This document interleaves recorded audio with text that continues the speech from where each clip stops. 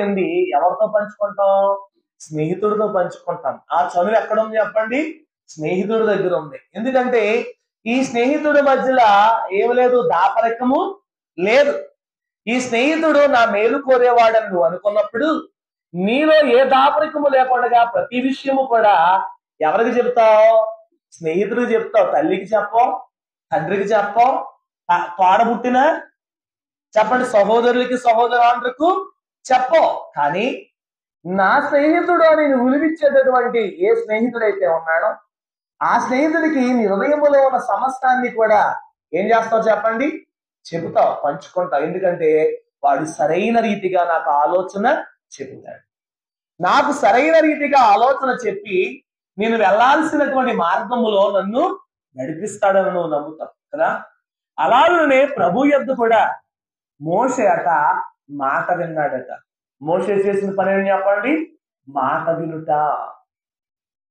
మోషే మాట విన్నాడు కనుక ఆ మాట వినుటను బట్టి దేవుడట ఒక స్నేహితుడితో మాట్లాడినట్లుగా మోషేతో ముఖాముఖిగా మాట్లాడిన వాడై ఉన్నాడు. ఈనాడు బైబిల్ మిషన్ స్థాపించే విషయంలో కూడా దైవజనుడు దేవదాసయ్య గారు కూడా దేవునితో మాట్లాడిన వారై ఉన్నారు.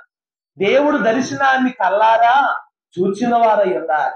దేవుడు ఈ మిషన్ను లేదా ఈ సంస్థను అనేక మందికి రక్షణ మార్గమును రాకడ దారి చూపించేటటువంటి ఈ యొక్క సంస్థ లేదా మిషన్ను ఈ పనిని నువ్వు చేయాలన్నప్పుడు నేను చెయ్యలేను ప్రభువా, చెయ్యలేనేమో ప్రభువా అన్నప్పుడు నేను నీకు తోడై ఉంటాను.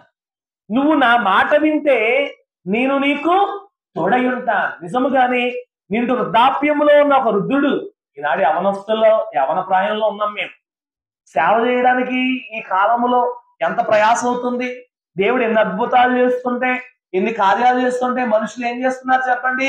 వెన్ను చూపిస్తున్నారు. కానీ ఆ కాలములో దైవజనుడు ఒంటిలో బలం లేదు, చేతిలో సొమ్ము లేదు, విదేశీ సహాయము లేదు, వెనకాల ఆస్తిపాస్తులు లేవు. పోనీ ఏమన్నా మీకు మళ్ళీ ఒక కుటుంబం ఏమన్నా ఉందా వెనకాల?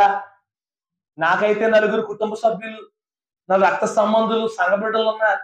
దైవజనుడు దేవదాసయ్య గారికి ఎవరు లేరు, కుటుంబం కూడా లేదు. కానీ వెనకాల ఉన్నది ఎవరు చెప్పండి? దేవుడు. అర్థమైందా?